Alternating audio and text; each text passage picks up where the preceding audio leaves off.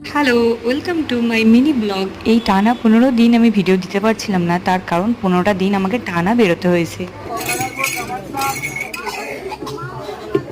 আর সেদিনই ছিল 15 দিনের লাস্ট দিন। তবে এই গরমের মধ্যে আমাকে যে জিনিসগুলো বাঁচিয়েছে সেগুলো হলো এই আখের রস। আমি রাস্তায় যেখানেই দেখতে পাচ্ছিলাম আখের রস খাচ্ছিলাম।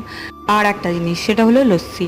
মানে আমি এমনও হয়েছে দিনে 2-3 বার করে লস্যি খেয়েছি।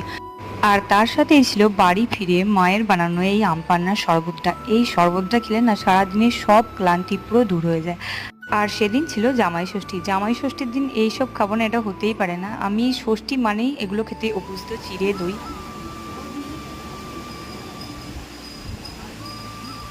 আর সেদিন কিন্তু সন্ধ্যের দিকে বেশ হালকা ঝড়ও উঠেছিল, যদিও বৃষ্টিটা হয়নি, কিন্তু ঝড়েই বেশ ওয়েদারটা ঠান্ডা হয়ে গেছিলো। তো দিনটা এইভাবেই কাটলো। আজকের মিনি ব্লগটা এটুকুই, দেখা হচ্ছে নেক্সট কোনো মিনি ব্লগে। বাই।